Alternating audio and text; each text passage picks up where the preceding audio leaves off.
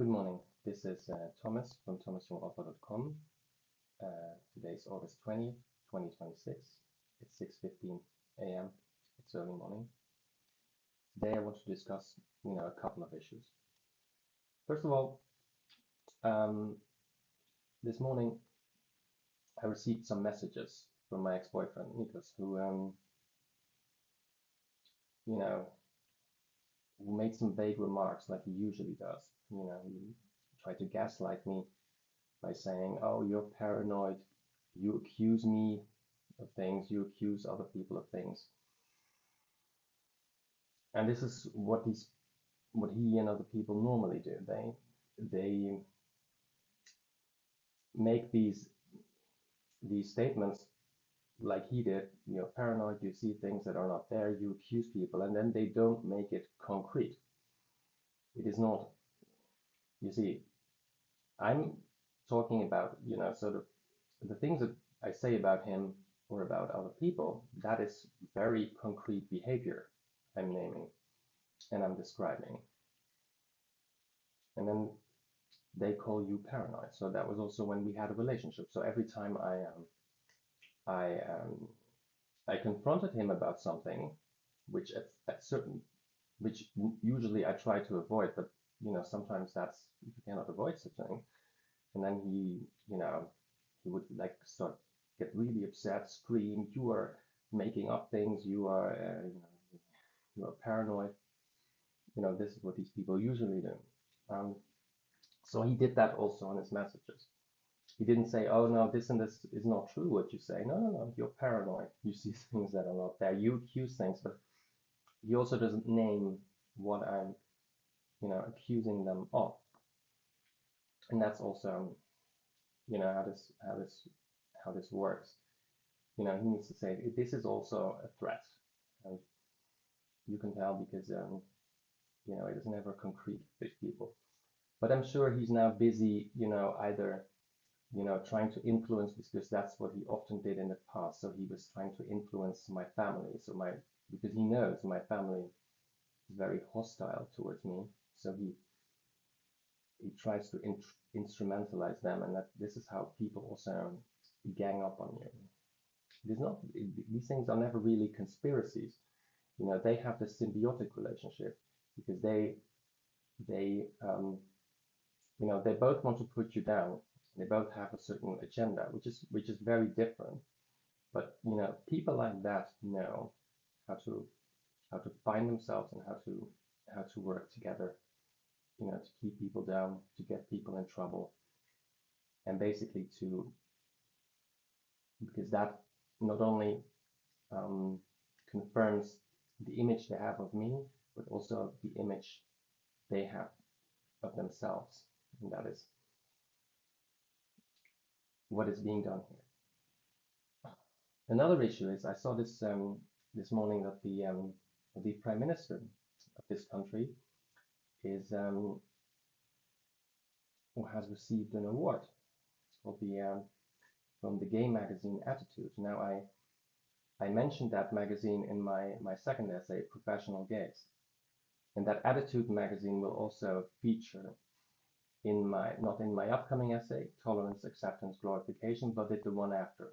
I think I will call that essay, it's called, the working title is, The Myth of Internalized Homophobia. The subtitle is How to Enforce the Gay Identity.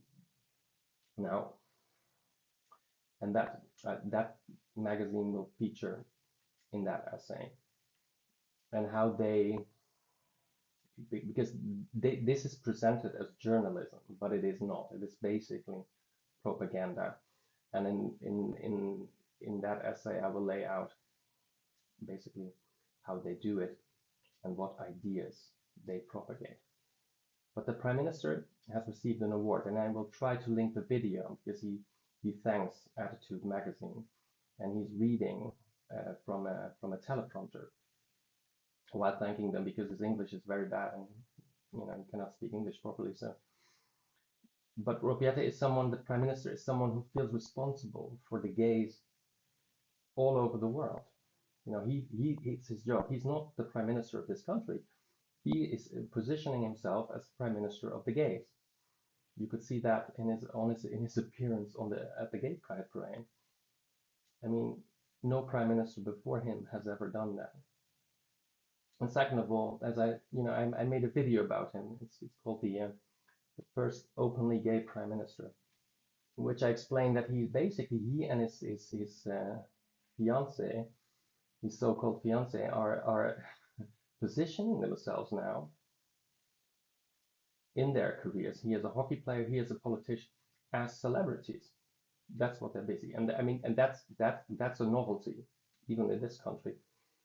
And there's no serious journalist, I mean, except that one I mentioned in that video, who takes issue with that, who says, listen, you're the prime minister of this country, you are not a celebrity. But, a guy like that thinks, yeah, we the gays, we love, celebrity culture. So therefore I need to position myself as a celebrity because, I won't be prime minister for very long probably, and I need to make money afterwards. So, this is how this works. And on the cover of Attitude magazine, it says, you see a picture of him sitting on stairs, looking, like, dressed, in a slick way. He's always dressed, and then there's his name, and then beneath him is a quote of him. He says, "Worldwide, there is a well-funded and well-organized attack on the queer community. We need to fight back." That says the Prime Minister of this country. Now, well, he says, well, it's a well-funded attack. Well,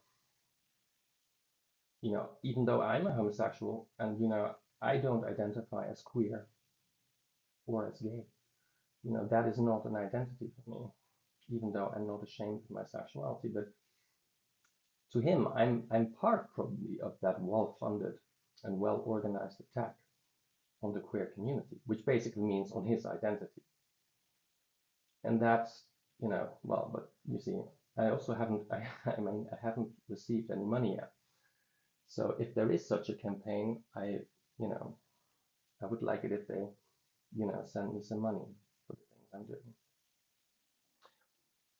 And as we speak of the prime minister and of, and of politics,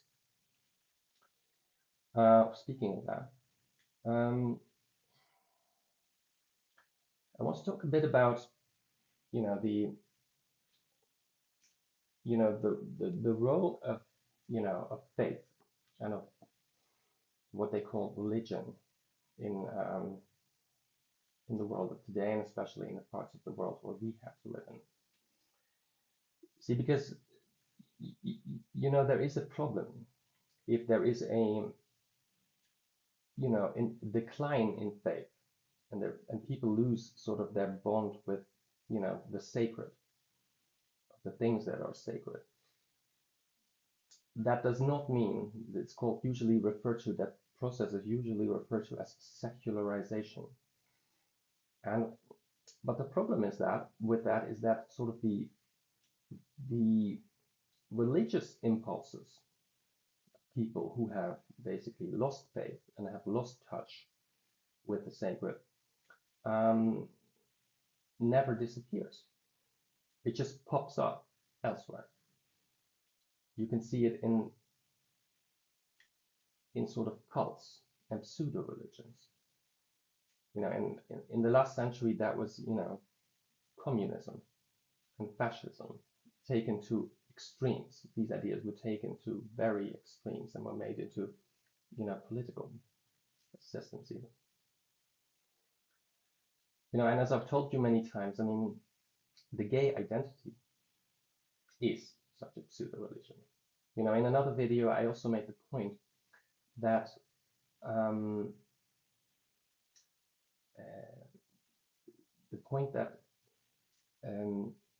pride parades, you have to stop more and more resembling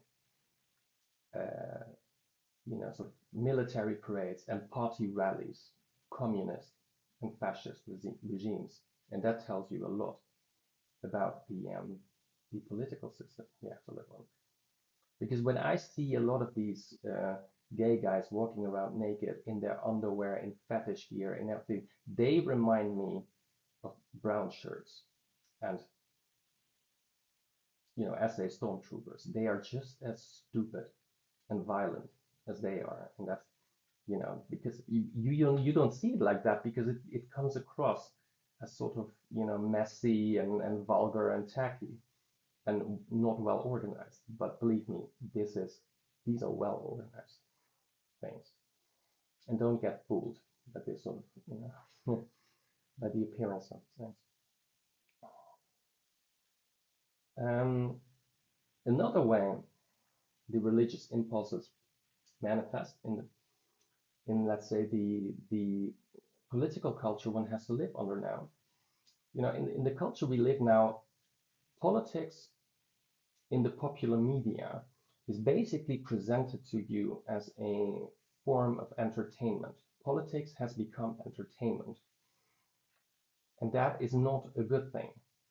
If you I try not to watch popular media because I get really upset by that.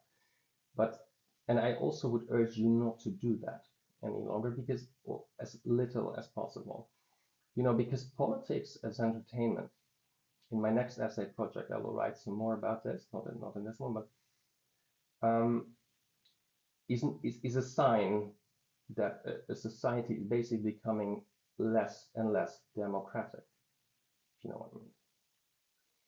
It is not because it presents itself as being democratic. Because as I'm writing my collection of essays, and sometimes people ask me about it, and then I try and explain what I write about, and then they say, "Yeah, Thomas, you are entitled to your own opinion."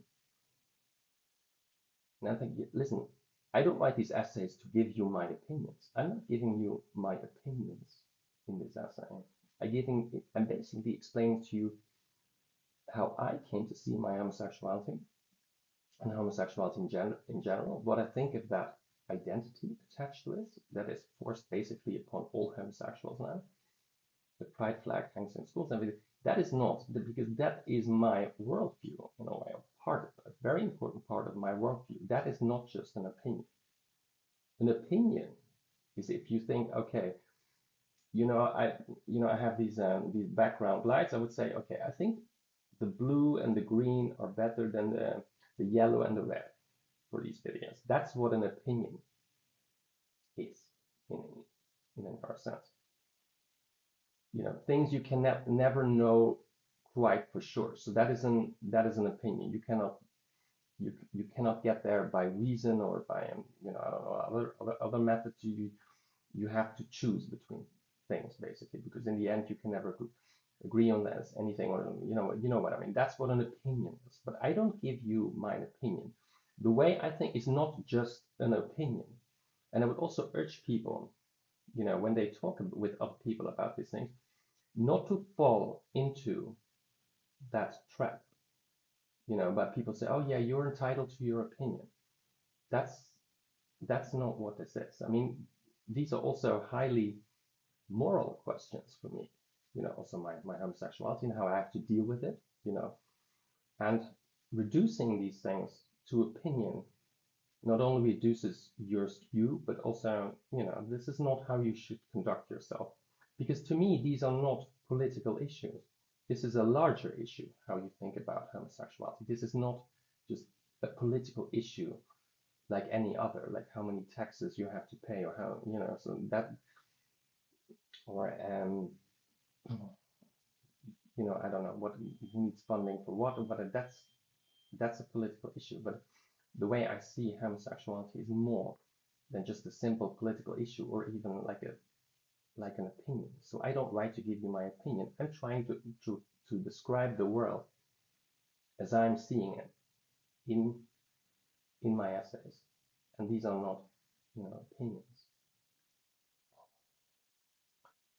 And yesterday I talked about something else with someone, and we talked about, in my other video I talked about the mayor of Amsterdam being in favor of legalizing drugs, basically to help her gay criminal friends. This is why she's probably doing it, to make their life even more easier.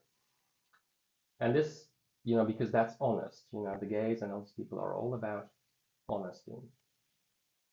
But you see, and then we discussed it, and we said, yeah, you should never ever enter a discussion and say, oh, I'm for the legalization of drugs, or I'm against the legalization of that, because that is a trap.